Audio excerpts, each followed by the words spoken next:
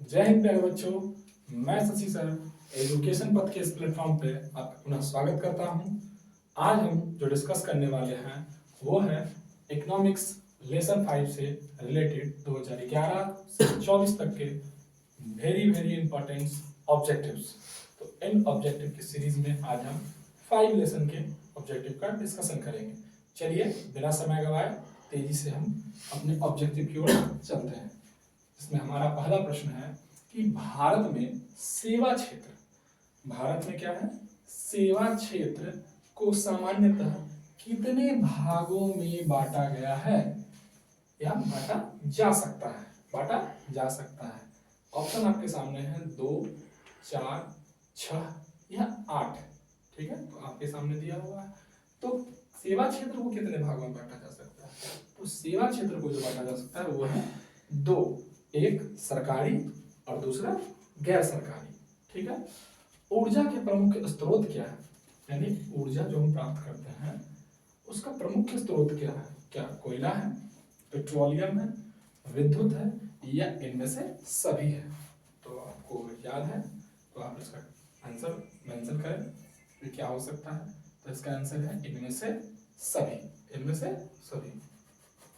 नरेगा के अंतर्गत, नरेगा के अंतर्गत ग्रामीण मजदूरों को साल में कम से कम कितने दिन के लिए रोजगार देने की व्यवस्था है? तो नरेगा जो है आगे चल के जो कि मनरेगा होगी, तो अभी हम नरेगा पढ़ते हैं, आगे के अध्याय में जब मनरेगा आएगा तो उसे भी हम पढ़ लेंगे। तो नरेगा जो है उसमें जो रोजगार दिया जाता है वो एक गारंटी के तौर पे है कि आप अगर अपना नाम रजिस्टर करवाते हैं तो आपको कम से कम 100 दिन तो पक्का है, पक्का था, पहले था कि 100 दिन का निश्चित रोजगार आपको दिया ही जाना है नाम रजिस्टर्ड होने के पश्चात। ठीक है, तो ये आंसर हो जाएगा आपका, क्या हो जाएगा, 100 दिन। ठीक है, अंतरराष्ट्रीय श्रमिक संगठन यानी ILO, इंटरनेशनल लेबर ऑर्गेनाइजेशन, जो अंतरराष्ट्रीय स्तर पर लोगों के लिए, जो लेबर वर्ग के लोग हैं उनके लिए कहिए कि जस्टिस, उनको न्याय दिलाने के लिए कार्य करती है। जैसे उनके लिए कारखानों में एक अच्छा माहौल हर देश में बनाया जाए, इसके लिए ये कार्य करती है। तो काम का समय सुनिश्चित करना, मेडिकल फैसिलिटी उपलब्ध करना, ये सब बेसिक जो नीड है इनके लिए ये संस्था सरकारों पे, देशों पर दबाव बनाती है। तो ये संस्था है, तो इस संगठन की स्थापना किस वर्ष हुई? 1917, 1919, 1921 या 1923? ठीक है, तो इसका ऑप्शन का आंसर हो जाएगा 1919। इंटरनेशनल लेबर ऑर्गेनाइजेशन की स्थापना हुई थी 1919 में। मानव पूंजी का प्रमुख घटक क्या है? यानी अगर हम देखें कि कौन सी चीजें हैं जो मानव को पूंजी के तौर पे बना देती है, उनका ज्ञान, उनका कौशल, उनका अनुभव या इनमें से सभी? इनमें से सभी ही इसका उत्तर होगा कि ये तीनों चीज क्या है, मनुष्य को कैपिटल के तौर पे बिल्ड करने, बनाने, पूंजी के तौर पे उसको। मानव का पूंजी क्या है हमारे लिए, हमारी पूंजी क्या है? तो हमारी पूंजी हमारा ज्ञान है, कौशल है, अनुभव है।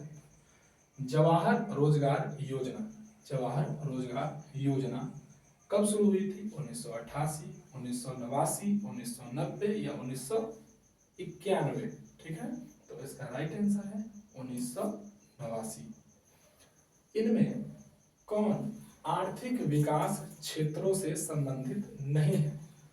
क्या है प्रश्न? आर्थिक विकास क्षेत्रों से संबंधित नहीं है, यानी इनमें से बाकी का संबंध आर्थिक विकास से है, एक का संबंध आर्थिक विकास से नहीं है। क्या है वो? कृषि क्षेत्र है, उद्योग क्षेत्र है, सेवा क्षेत्र है या सहकारी क्षेत्र है? इसका संबंध नहीं है, इसका संबंध आर्थिक विकास से नहीं है।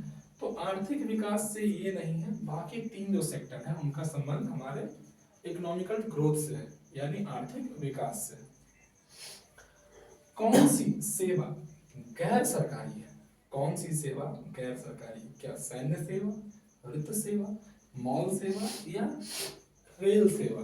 तो इसका आंसर तो आप क्लियरली समझ सकते हैं कि मॉल की सेवा देश, कहिए कि मतलब एक तरह से सेवा जो है गैर सरकारी है। बाकी 3 चीजें जो है वृत्त सेवा हो, सैन्य सेवा हो या रेल सेवा हो, ये सरकार द्वारा उपलब्ध कराई गई सेवाएं हैं। आर्थिक विकास संबंधित है, आर्थिक विकास संबंधित है किस चीज से? परिमाणात्मक परिवर्तन से, यानी इसका कुछ न कुछ परिणाम निकले ऐसे परिवर्तन से, गुणात्मक परिवर्तन से यानी गुण रूपी परिवर्तन से, ए बी दोनों होगा या इनमें से कोई नहीं होगा।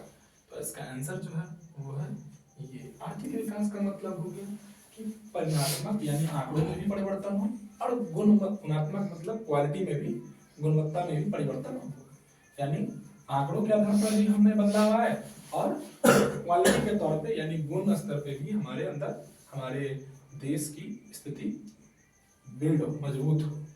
अगला प्रश्न है विकासशील देशों में कार्यशील जनसंख्या, यानी हमारा देश क्या है? विकासशील है, विकसित तो अभी हम हुए नहीं। तो विकासशील देश में कार्यशील जनसंख्या, कौन सी जनसंख्या? कार्यशील जनसंख्या अधिकांशतः संलग्न है। किस क्षेत्र में संलग्न है? कृषि क्षेत्र में, औद्योगिक क्षेत्र में, सेवा क्षेत्र में या इनमें से सभी। तो किस क्षेत्र में ज्यादा संख्या में लोग लगे हुए हैं? तो कृषि क्षेत्र में। ठीक है, अभी भी नरेगा की ही बात हो रही है कि नरेगा कार्यक्रम जो है कि नरेगा कार्यक्रम के नाम के साथ किस व्यक्ति का नाम जोड़ा गया है? किसका नाम जोड़ा गया है नरेगा के आगे जी? क्या मनमोहन सिंह जी का नाम जोड़ा गया है, मोरारजी देसाई जी का, मुरली मनोहर जोशी का या महात्मा गांधी जी का? तो इसका राइट आंसर है महात्मा गांधी। ये आगे एम लग जाएगा तो मनरेगा हो जाएगा। निम्न में से कौन आर्थिक आधारभूत संरचना का घटक है? यानी आर्थिक आधारभूत संरचना मतलब हो गया कि आर्थिक रूप से मजबूती का एक सूचक है। वो वृत्त है, शिक्षा है, स्वास्थ्य है या नागरिक सेवा है। तो आर्थिक की बात आई है तो उसका संबंध शिक्षा, स्वास्थ्य और नागरिक सेवा से नहीं, वित्तीय सेवा से हो सकता है। तो यानी कहिए कि आर्थिक आधारभूत संरचना जो है उसका संबंध किस चीज से है? वृत्त से। ठीक है, वृत्त से। मानवीय पूंजी निर्माण यानी मानवीय यानी मानव को पूंजी के निर्माण निर्मित करने, या एक ऐसे से मानिए कि हम लोग एक मानव है और हमें हम मतलब हम लोगों को पूंजी के तौर पे जब निर्मित करने की बात आएगी तो उसके लिए कौन सा घटक, कौन सी चीजें ज्यादा जरूरतमंद है? क्या स्वास्थ्य सेवाएं, आवास सेवाएं, शिक्षा, प्रशिक्षण, इनमें से सभी। तो कौन सी ऐसी चीजें हैं जो हमें मानव पूंजी के तौर पर परिणित कर देती हैं? तो ये सभी हैं। निम्न में से कौन पिछड़ा राज्य है? पंजाब, हरियाणा, महाराष्ट्र। ढूंढ ही लीजिए कि बिहार हम कहाँ पे हैं, क्योंकि पिछड़े की बात आती है तो जब चीटिंग करके हम पढ़ेंगे और क्वालिटी एजुकेशन हमारे पास ना होगा, हम कौशल प्रशिक्षण नहीं लेंगे, तो हम ऐसे ही हर जगह पिछड़ेपन के नाम पे ढूंढे जाएंगे। आर्थिक क्रियाओं का क्या उद्देश्य है? आर्थिक क्रिया का क्या अर्थ है? आर्थिक क्रिया का क्या अर्थ है? क्या मनोरंजन है, समाज सेवा है, परोपकार है या जीविकोपार्जन है?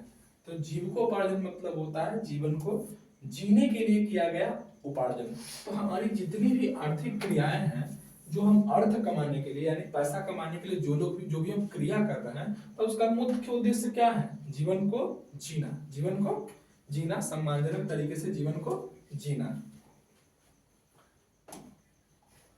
अगला जो प्रश्न है उसमें है कि भारत के सकल घरेलू उत्पादन में किस क्षेत्र का योगदान सबसे ज्यादा है? सकल घरेलू उत्पादन में किस क्षेत्र का उत्पादन सबसे ज्यादा है? कृषि क्षेत्र, औद्योगिक क्षेत्र, सेवा क्षेत्र या इनमें से कोई नहीं। तो हमारा जो सकल घरेलू उत्पादन है देश का, उसमें सबसे ज्यादा योगदान किसका है? तो भारत की जब बात हो रही है तो पहले था कृषि का, आज के संदर्भ में अगर देखा जाए तो वो सेवा क्षेत्र सबसे ज्यादा हो गया। सेवा क्षेत्र से सरकार को यानी सरकारों को सबसे ज्यादा लाभ हो रहा है। ठीक है, छिपी हुई बेरोजगारी पाई जाती है, छिपी बेरोजगारी पाई जाती है सेवा क्षेत्र में, कृषि क्षेत्र में, औद्योगिक क्षेत्र में या इनमें से कोई नहीं। तो इसका आंसर, एग्जैक्ट आंसर यही है कि कृषि क्षेत्र ही है, क्योंकि कृषि क्षेत्र में ही लगना 2 लोगों को होता है, यानी आवश्यकता 2 लोगों की होती है मगर पूरे 4 लोग उसमें लगे हुए रहते हैं, पूरा परिवार ही उसमें लगा हुआ रहता है और वो सब सोचते हैं कि हम लोग काम कर रहे हैं।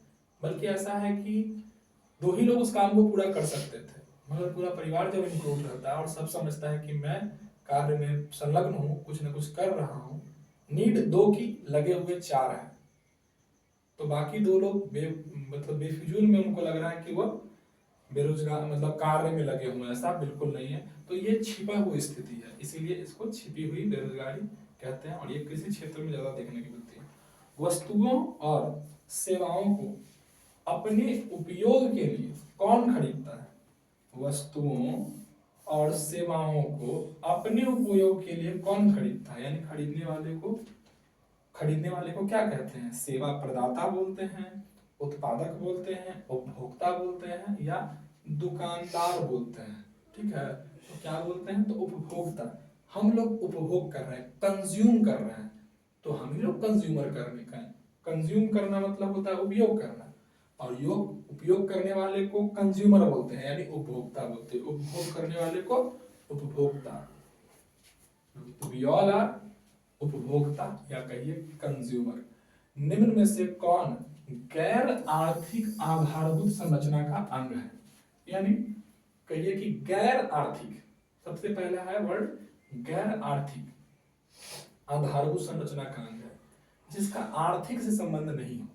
आर्थिक से संबंध नहीं है, तो आर्थिक से संबंध नहीं है किसका? जैसे संचार है, तो उससे वो कमाई का जरिया है, यातायात मुख्य जरिया है, ऊर्जा भी प्रमुख जरिया है। शिक्षा आर्थिक संरचना का नहीं है, बौद्धिक, शैक्षणिक, ज्ञान वर्धन, इन सब चीज का जरिया है। तो गैर आर्थिक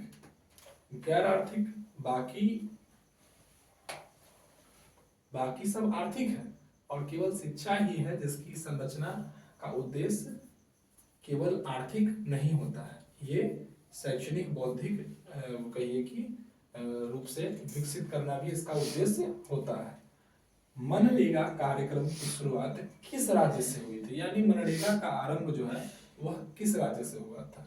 क्या ये राजस्थान से, उत्तर प्रदेश से या बिहार से या आंध्र प्रदेश से? तो इसका आंसर है आंध्र प्रदेश। निम्न में से कौन सी बेरोजगारी कृषि क्षेत्र में पाई जाती है?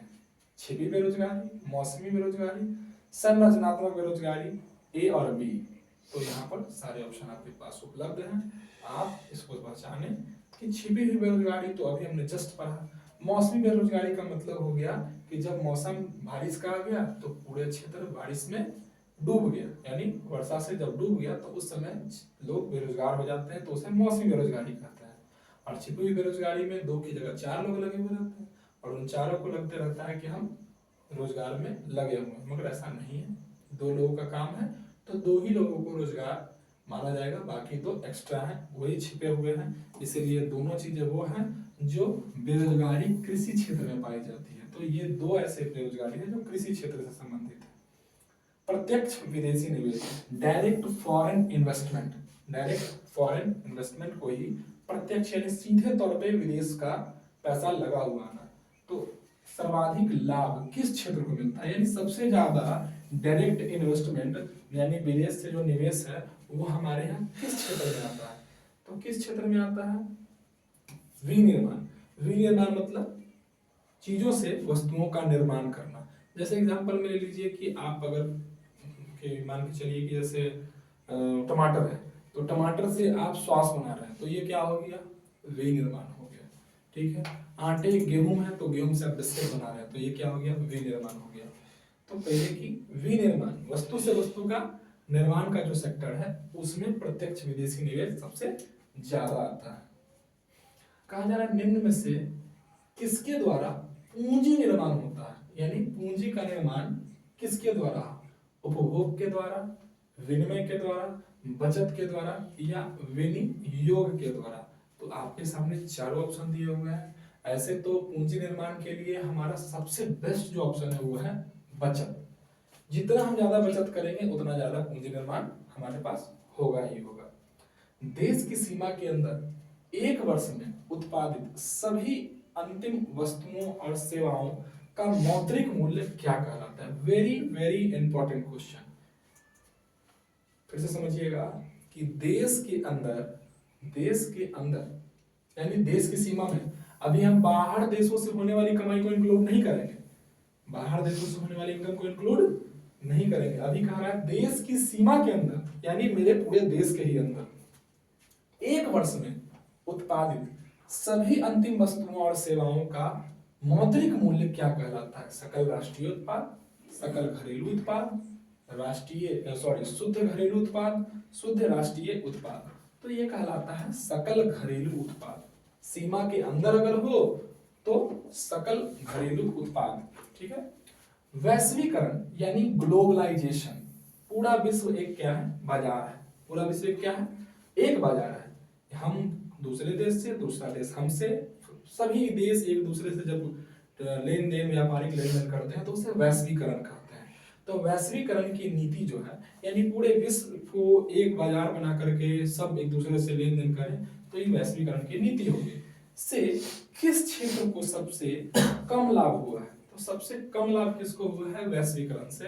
तो वो है क्या? कृषि है, सेवा क्षेत्र है, या विनिर्माण है, या इनमें से कोई नहीं। तो जैसे सेवा क्षेत्र को तो लाभ मिला है, विनिर्माण को भी लाभ मिला है क्योंकि उससे मशीनरीज आई हैं। तो नुकसान किसे हुआ है? तो कृषि क्षेत्र को हुआ है, क्योंकि कृषि क्षेत्र की चीजें जैसे दूसरे देश है, जैसे हमें भारत की स्तर पर हमें नुकसान हुआ है क्योंकि हमारे यहाँ की जो अनाज है वो मजदूरों द्वारा, किसानों द्वारा उगाई जाती है। विदेश में क्या होता है? मशीनों द्वारा उगाई जाती है। तो मशीनों द्वारा उगाए जाने पर, मशीनों की मदद द्वारा किए जाने पर उनकी चीजें सस्ती हो जाती है और हमारी चीजें महंगी हो जाती है। तो इस क्षेत्र को नुकसान हुआ है। अगला प्रश्न है कि सकल घरेलू उत्पाद, gross domestic production, gross domestic product में सबसे कम योगदान किस क्षेत्र का है? जीडीपी में कहिए कि किसका सबसे ज्यादा कमाई का हिस्सा आता है? किस क्षेत्र से? प्राथमिक क्षेत्र, द्वितीय, तृतीय, या इनमें से कोई नहीं। तो इसका आंसर जो होगा वो है प्राथमिक क्षेत्र। ये स्थिति धीरे धीरे कम होती जा रही है, यानी कृषि पर हमारे देश में जो लोगों की डिपेंडेंसी है वो धीरे धीरे कम होती जा रही है।